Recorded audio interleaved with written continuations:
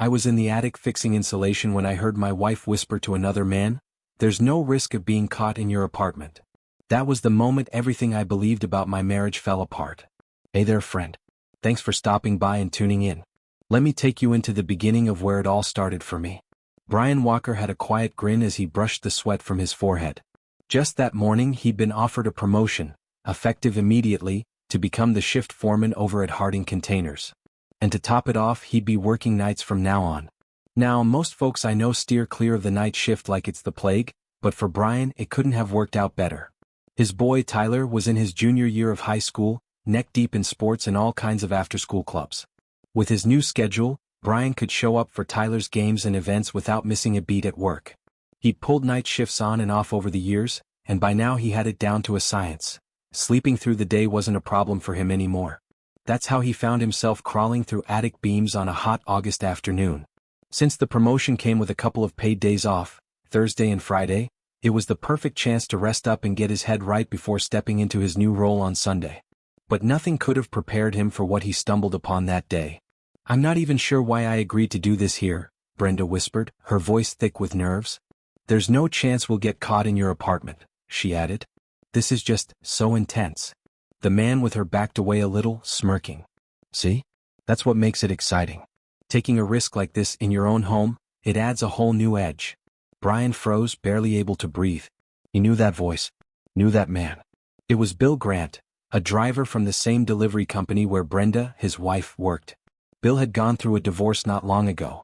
Brian had once been planning to renovate their upstairs bathroom before their son, Tyler, graduated and moved off to college. He'd started gathering quotes from contractors, eventually deciding to bring in a crew to do the job fast and right. His promotion meant the money wasn't an issue. His time was too precious now to spend it patching up drywall and laying tile on weekends. But everything, his priorities, his future plans, shifted in that moment. Something cracked open in him. He wasn't the same man he'd been just hours before, and now his focus zeroed in on one thing: making sure Tyler had every chance at a better life, even if it meant letting go of the one Brian thought he had. "I don't want to mess with your sleep schedule," Brenda murmured as she slipped into bed beside Brian. Unless you're thinking maybe we should do something else." Her voice had that tentative tone he'd come to recognize. And true to form, Brenda reacted exactly how Brian figured she would. If he hadn't overheard that gut-wrenching exchange between her and Bill, he might have missed the way her eyes widened for a split second, just a flicker of panic, before she masked it with a tired smile. "I'm really worn out tonight," she added, her words barely more than a whisper. "What if we just cuddle a bit and then go to sleep? Tim's home too, he might hear us." Brian stared at the ceiling for a moment, holding back the surge of emotions bubbling beneath the surface. "Cuddling isn't gonna cut it," he said flatly. "I want to be everything: fridge, oven, and microwave." He wasn't even sure what that meant in the moment, but it felt like a metaphor for all the heat, effort, and service he'd poured into this marriage. And now, it just felt empty. By Monday afternoon, what Brian started calling his bachelor pad would be fully livable. The upstairs apartment he was building above the detached garage was nearly complete. He couldn't help but laugh when Brenda came home from work and stood stunned at the sight of several men working around the garage. She walked straight up to him, eyes narrowed, and pulled him aside for a private word. "What's going on out here?" she demanded. "I'm having the apartment finished over the garage," Brian said calmly, watching her face carefully. Later that week, the topic of their son's new friend came up. "Yeah, Scooter's a nice kid. Real respectful," Brian commented over dinner. Brenda nodded. "His real name is Horace." Brian raised his eyebrows and let out a low chuckle. "Horace? No wonder he goes by Scooter. Who names their kid Horace?" Brenda gave him a look but continued. "His dad passed away 2 years ago. He and his mom moved here this summer to be closer to her parents. Both of them are in poor health." Brian took a sip of his drink and smiled faintly. "Well, I'll keep calling him Scooter. Easier that way." That Saturday, their son Tim pulled into the driveway of a tidy little ranch-style house. He was picking Scooter up to head to a game. "Surprised?" asked Scooter's grandmother, Gertrude, breaking into a warm laugh. "Horace can tag along with you anytime. I love your humor. Tim's such a polite young man, I figured his folks would be good people." "Thanks for inviting him to the game," she added, eyes misting with appreciation. "We're a baseball family. I used to catch as many Dodgers home games as I could. My dad actually played in the minors before I was born. He was pretty talented, just didn't make it all the way. Brian would later recall that moment as strangely grounding. Life kept moving. And Scooter, Horace, was a good kid. He brought a kind of light into Tim's life when things around them were starting to fall apart. Brian had taken to watching from the bleachers with a keen eye, proud and silent. By mid-season, Scooter had firmly claimed the cleanup spot and was holding down shortstop with skill far beyond his age. Tim, meanwhile, was the starting center fielder, batting third in the lineup. Watching both boys thrive on the field filled Brian with a kind of pride that didn't come around often. In that space, under the sun, surrounded by cheers and dusty cleats, everything else seemed to quiet down. But there was something new he couldn't ignore. Lately, a few of the other moms had started paying him extra attention. At first, he chalked it up to being the only dad who consistently showed up, but it went further than that. They actually laughed at his corny jokes, genuinely like they found him charming, and more than once, a plate of cookies or a fresh batch of muffins found its way into his hands under the guise of something for the team. The compliments about how much he helped with the boys, the way they lingered to chat after games, it made Brian wonder. Why now? Why the sudden interest in his private life? Or rather, the absence of it. Then it hit him. Brenda must have let something slip. Maybe not intentionally, but in a small town, it didn't take much for word to spread. Someone must have shared that their marriage was shaky, and people had picked up on it. Later that week, while chatting in the stands, Gertrude, Scooter's grandmother, turned toward him with a mischievous smile. "So, are we talking about your wife or her mystery man?" she asked, trying to keep things light. Brian raised an eyebrow, unfazed. "I have to say, you don't seem all that shocked by what folks are whispering. Did you already think Brenda was stepping out on you?" He shook his head slowly. "No. I never thought it." Gertrude frowned. "You're telling me you had no idea at all?" Brian took a long breath, watching the boys warm up on the field. "I knew," he admitted quietly. "I just didn't let myself believe it, not until I saw it with my own eyes." Gertrude's face softened. "Horace told me Tim's picked up on the tension. He says you barely even speak to Brenda anymore. And with how fast gossip moves around here, Tim's bound to overhear something." Brian didn't respond right away. He was still watching Tim, tracking his every movement. Then Gertrude added, a little hesitantly, "What worries me is Horace has a bit of a crush on Heather Grant." Brian's head turned. "Heather? Bill's daughter?" Gertrude nodded. "She's a sweetheart, no clue about her dad's behavior obviously. But it's messy. I hate that Horace might get caught in the middle of something so complicated." Brian let out a breathy laugh, shaking his head. "Well, I'm just glad it's not Tim who's smitten with her. That'd be a whole new disaster." "Count your blessings, huh?" Gertrude said with a smirk. Brian agreed. "Small mercies." She leaned in a little. "If Horace ever finds out what her father did, he won't just sit quietly. That boy's got a strong sense of right and wrong. He'd make it known in no uncertain terms." Brian glanced down at his watch. "I came out today because this game means something to Tim. And that makes it matter to me. I've hardly seen you since I started working nights," he added, almost as an afterthought, "so I figured we could spend some time together, supporting our boys." Gertrude gave a small nod. "Well, I'm glad you're here. They're lucky to have you." Brenda couldn't ignore the stares. As she and Brian took their usual spots in the bleachers, she immediately noticed the glances coming her way from a few of the other moms. These weren't friendly looks. They were guarded, cold even, like something unspoken was simmering just beneath the surface. Later that evening, at a nearby diner where some of the team parents had gathered, Brenda spotted Norma Wilson and Brandy Dorn standing near Brian. The two women were chatting casually with him as he organized drinks for the boys. Brenda noticed the way they seemed to lean in a little too close, their attention fixed on him in a way that set her on edge. As she approached, the small circle of conversation seemed to dissolve. Both women drifted away almost instinctively, leaving Brian standing there with a puzzled look. That scene pulled Brenda back to a conversation she'd had a couple of weeks earlier with Bill Grant, the man she never should have let into her life. She had been getting dressed after one of their encounters when Bill smirked and said, "You know, it's about time we broke in your own bed, don't you think?" Brenda had laughed it off but then hesitated, a thought forming. "Bill, sometimes Brian is just too good. Too trusting," she said, testing her words carefully. "I'm sure you've noticed how a few of the moms are always hanging around him. I don't think he'd ever cheat, not under normal circumstances, but still, it's unsettling." Bill raised an eyebrow. "What are you asking me to do?" She shook her head. "Not you. Gertrude." Later, she had brought the idea to Gertrude almost shyly. "Would you mind keeping an eye on him when I'm not around? You've got this calm way about you, and I know I can trust you. If you just stayed close when the others start hovering, it might help." Gertrude didn't say yes right away. "That's a strange request, Brenda," she'd said. "You think he's at risk?" "I don't know," Brenda admitted. "But I can feel eyes on him more and more, and I just feel better knowing someone like you was nearby." As the team traveled out of town for a tournament, accommodations were tight. A lot of the parents had to scramble for hotel rooms, and not everyone ended up in the same place. Right before Tim boarded the team bus, Brian pulled him aside. "Hey, I won't be at the same hotel as you guys, but I'll be there for the morning practice." "No worries." Later that evening, as Brian checked in at his hotel, he turned around in the lobby and spotted a familiar face. Gertrude. She gave a small smile and handed her ID to the clerk. "Looks like we're neighbors this weekend." Brian furrowed his brow. "Wait, what hotel are you staying at?" "The same one you are," she replied smoothly. "I never told you where I was staying." Gertrude didn't flinch. "You didn't have to." Brian stared at her, puzzled. "How did you even find out?" She shrugged gently, as if brushing away the deeper implications. "Brenda asked me to keep an eye out. She's nervous, Brian. And honestly, I get it." They stood there in silence for a moment. "You know this can't lead to anything, right?" she added quietly. "I mean, look at us. You're a decent man, still technically married to a woman who's been unfaithful. And me?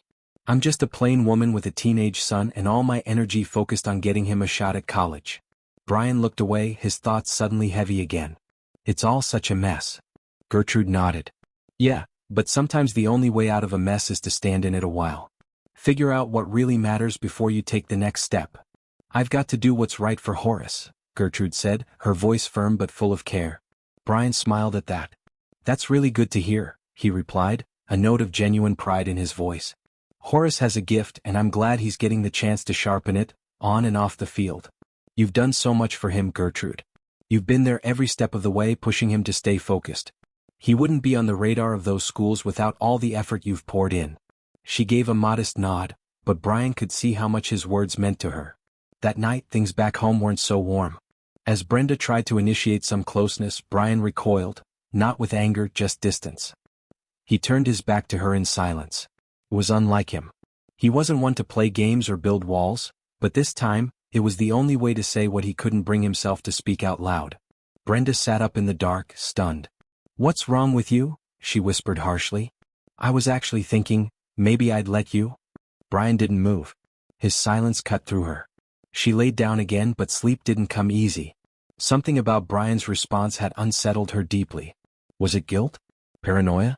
Had he found out about her and Bill, or was he just bitter about how long they'd been emotionally distant? She couldn't tell. But her stomach twisted with unease. Elsewhere, Bill Grant was dealing with a different kind of tension. Brenda had overheard a phone call between him and his daughter. "What are you doing down there?" Bill snapped into the phone. "Well, that's not my fault. You boys are old enough to figure it out. Call AAA. If your mother didn't leave a spare tire in the car, that's her problem." After hanging up, Brenda asked, "What was that about?" Bill waved it off. "Nothing big. Heather got a flat tire. She's calling AAA to handle it. A couple of sketchy guys were hanging around, but she's fine." Brenda didn't say anything, but she took mental note of the way he brushed it off. Something about his tone gave her pause. Meanwhile, back at Harding Containers, the night crew had a new story to share. The crew was still buzzing the next morning, swapping wild tales about the previous night's mishap with laughter and exaggerated details. On the night shift, tall tales of close calls and unexpected heroics helped them push through the long hours, making the fatigue just a little easier to bear. The next afternoon, just as Brian was rubbing the sleep from his eyes, he was jolted by a sudden bounce on the bed. Gertrude had climbed in beside him, a playful smile lighting her face. "Horace told me everything that happened last night," she said cheerfully. "You were amazing. Thank you for stepping up like that." Brian blinked, still half asleep, but he couldn't help but chuckle at her energy. Felt good. Warm. Uncomplicated. But that calm wouldn't last long. Later, as Gertrude was getting dressed to leave, she heard the soft sound of crying behind her. She turned and was stunned to see Brenda standing there, tears streaking down her cheeks. "How could you do this to me?" Brenda choked out, her voice breaking. Gertrude didn't speak right away. Neither did Brian. The moment was heavy, too full for quick words. Brenda wasn't ready for the answer. She was just now beginning to feel the weight of what she'd already set in motion. I trusted both of you, Brenda whispered, her voice trembling as she looked from Gertrude to Brian. And this is what I get. Gertrude didn't raise her voice or try to defend herself with anger. Instead, she calmly reached for her coat. I'm just doing what you asked me to do, she said while buttoning up. You wanted me to keep those women from hovering around Brian. And I did. I never planned to end up in this position either. I was just trying to help. Brenda stood frozen, the weight of her own choices beginning to collapse in on her. Later that evening, Brenda confronted Bill, finally pushing back against the dynamic that had, for so long, made her feel powerless. I'm ending this, she said firmly. Bill raised an eyebrow. What? I've been managing our situation just fine. But make no mistake, I won't let Brian sleep with you while we're still together. Too much risk. You never know what he could be bringing back. Brenda looked away in shame, but then her voice softened, steadier now. I've realized something. There's more to a relationship than just being drawn to someone physically. Sex without love or real commitment. It leaves me feeling hollow. She sighed. So you can keep giving him physical comfort if that's what he needs. I'll focus on being the wife I was supposed to be. Minx, who had overheard, later replied in a calm but firm voice, I'll keep supporting Brian the way he needs. You handle your own path. Time passed and the tangled web of emotions began to unravel. A year after the divorce was finalized, Brian and Minx held a small, quiet wedding. It wasn't lavish or crowded, just close friends, a simple ceremony, and two boys smiling in the front row. Tim and Horace now referred to each other as brothers, and the bond between them felt as natural as if they'd grown up together since birth. Tim, at first, had struggled with the divorce. Seeing his family break apart hit him hard. But after Brian sat him down and shared a video he'd recorded, explaining everything honestly, without bitterness, Tim began to understand. And over time, his hurt turned to acceptance and finally, support. Brian and Minx didn't have any children together. They didn't need to. Their little family, shaped by loss and love and healing, was enough. And yet, Brian couldn't help but reflect on how strange life was sometimes. He remembered one random encounter years before, all before Brenda's affair and before his heart had been split open. He had been sitting at a bar when a young woman caught his eye. The way she laughed, carefree and full of energy, reminded him of that character from Footloose. As she turned to leave with her boyfriend, she glanced back, just a flicker of a moment, and it stayed with him. That tiny look made his heart skip, and her boyfriend must have caught it too. The guy gave Brian one of those smug, arrogant smirks, the kind that says, you don't matter. And in that fleeting moment, Brian realized something. He'd felt nothing but empty admiration. A glance. A spark. But not love. That made all the difference. Now, as his fatherhood entered a new season and he watched Tim and Horace chase their dreams, he held on to what mattered. Real connection, honesty, and the peace of building something solid from what once lay broken. Sometimes he wouldn't say a word. He'd just sit there, quiet as stone, with tears streaming down his cheeks. There were moments when I thought he might finally speak up, maybe even take legal action against the company that had left him broken, but that wasn't who my dad was. Pride ran deep in him. Too deep. He wouldn't even consider applying for any kind of government help. So Mom stepped up. She took whatever job she could find to keep us afloat. And I pitched in too. I had to. I had a younger brother and sister who needed someone to lean on, and without Dad's strength to hold us together like before, we were all just trying to stay upright. My little brother really struggled. He wasn't just losing a role model, he was losing the dad who used to be the rock of our family. Years later, I found myself going through my own mess. Carol and I were drifting. We were still technically together, but something had changed. I'd try calling her during the day, and more often than not, one of her nursing school friends would pick up instead. They'd sound annoyed, almost protective of her, telling me I needed to give her space. That she was crying in her dorm, hurt and overwhelmed, that I was putting too much pressure on her. But that wasn't true. I'd never been harsh with her, never said anything cruel. The truth was, I'd always felt a little unworthy when it came to Carol. She had this spark, this effortless beauty and charm, and I always felt like I was trying too hard just to keep up. The uncertainty ate at me. I even started making late-night drives into the city, not even sure what I was hoping to find. I wasn't catching her in anything. Mostly, I just caught myself sinking deeper into doubt, wearing myself thin over someone who seemed to be slipping away. We still talked about everyday stuff, groceries, bills, who was picking up what for the house, but those conversations about the future, the ones we used to dream up together, they stopped. We had once made big plans. Camping trips, road adventures, maybe even a drive across the country. Carol had been so excited about it all. Now, I'd bring up places like the Grand Canyon or Monument Valley, and she'd just give a tight smile, nodding like she didn't want to commit to anything. It hurt in small ways that added up fast. At least our son kept things grounded. He was the one thing we could both agree on. Our time with him was good for him, and good for us too. It gave Carol a breather and gave me a reason to keep showing up, even when everything else felt shaky. But I didn't want to drag things out just for his sake. I couldn't lie to him or myself for long. Somewhere along the way I learned there are two kinds of affairs. There's the impulsive, sneaky kind, quick, secret, and shallow. But then there's the deeper kind, the kind that starts quietly and grows into something serious, something that can end a marriage. The scary part is, those quick flings can morph into the second kind if you're not careful. What made it worse for Carol and me was the way our lives had drifted in opposite directions. Our work schedules barely overlapped, and when we were together, the silence between us grew louder than any argument ever could. Eventually, I couldn't ignore it anymore. One night, I finally asked her the question that had been weighing on me for weeks. "Carol," I said gently, though my heart was pounding, "what's going on with you lately? These nights when you come home late, what are you doing?" She looked startled, caught completely off guard. Her eyes were glassy and I could smell the alcohol on her breath. "What do you mean?" she replied, trying to sound casual. "Just look at yourself," I said, unable to hold back anymore. "Where have you been? You look like you've been through a mud pit." She scoffed, brushing me off. "I was just out with some friends." I wasn't about to let it drop. "Which friends? Who exactly?" She started to list off names quickly like she was trying to fill the space before I asked again.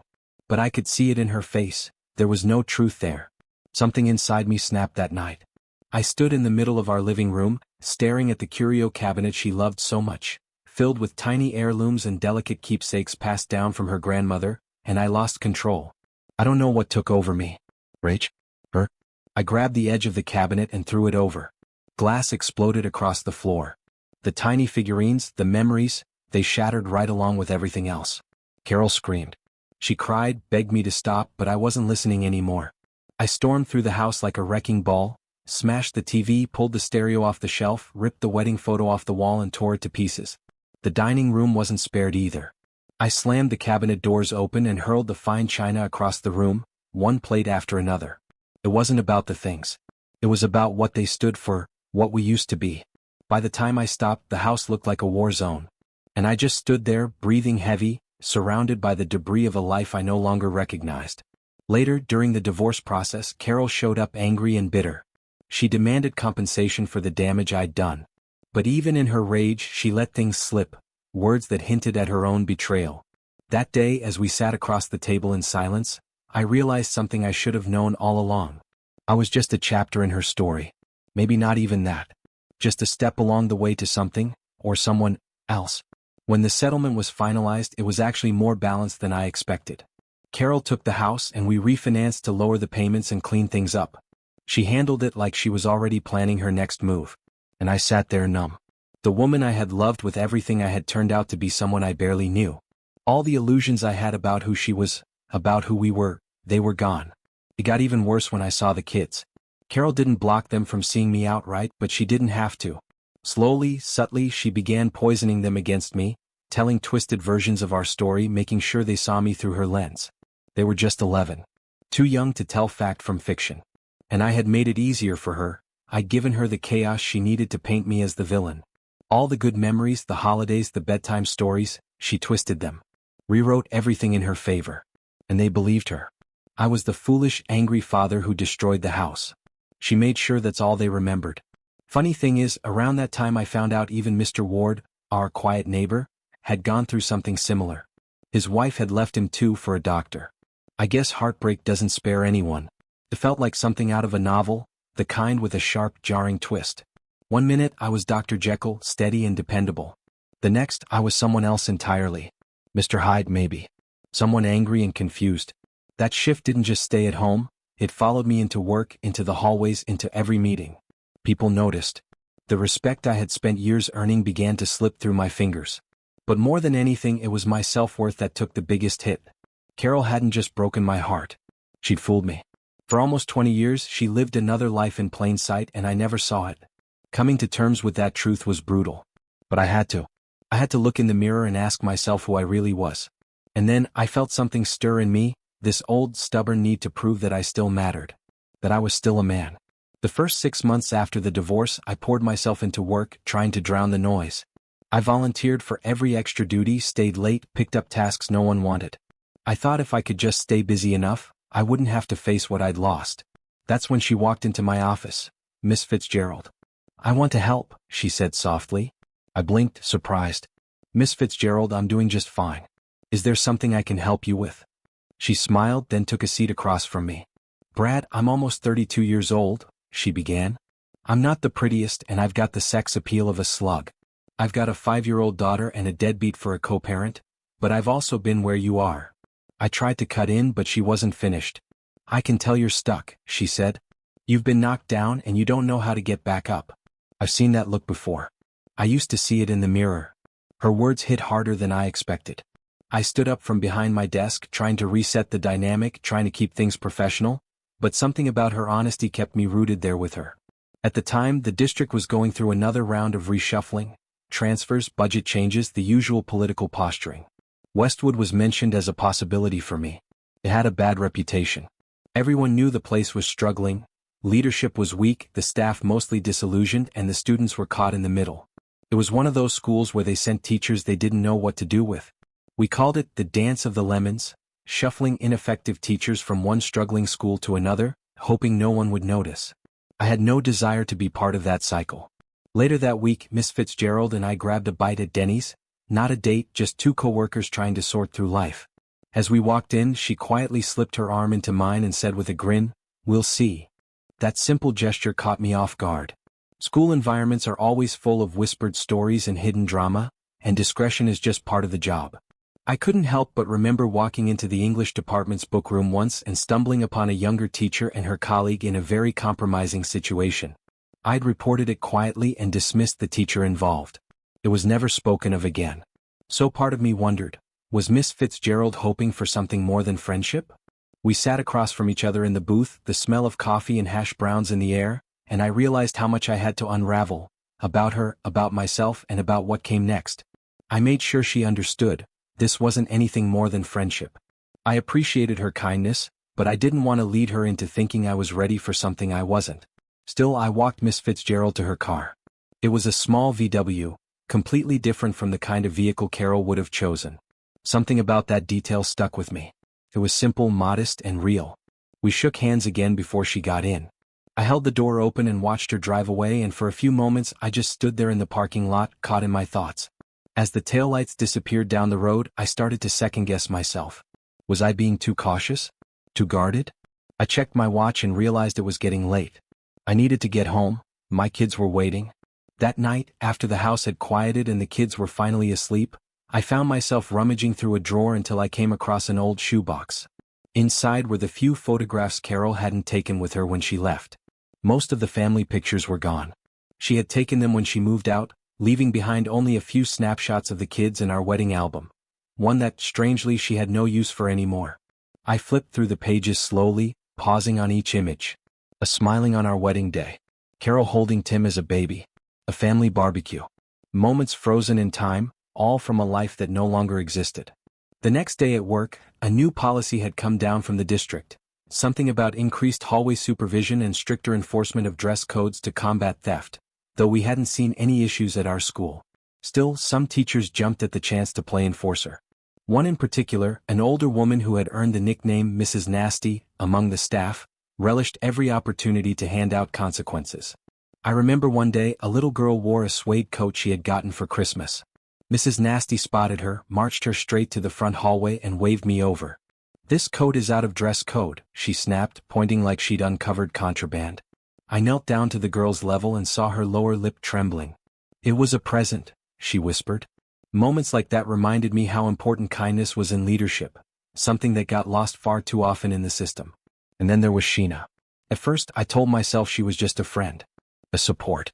Someone who had stepped into my life at just the right time. But over time she became something more. Slowly, quietly, without drama. I kept waiting for things to fall apart, because that's what I'd come to expect, but they never did. In fact, life just kept getting better. I sat down one night with a notebook I'd been writing for my son, something to give him someday when he was ready. I flipped through what I'd written and realized it was missing something important. Who was Sheena? What had she lived through? How had she gone from being a passing presence in my life to someone I couldn't imagine life without? She told me once that her ex had worked as a car salesman. He could charm anyone on the lot, but he was distant at home. She'd married thinking she'd find affection and emotional connection. Instead, she found a man who criticized her, who didn't understand what it meant to truly be close. He never took time to make her feel valued, not before or after intimacy. He didn't even show the basic respect of caring for himself before holding her. She said it was disappointing. That she had expected tenderness, but was left cold, literally and emotionally. Over time, she had found her strength again. She had a child with Dr. Gilmore, who she later separated from. Carol, too, had remarried, or at least started dating again. I'd heard through someone that she was seeing a heart surgeon now. Maybe she was happy. Maybe not. With Carol, it was hard to say. She wore happiness like a mask. I used to think I had everything figured out. A wife, a family, a future. And then it all unraveled. Now, with Sheena, I felt like I'd been given something rare, a second chance. And this time, I wasn't going to waste it.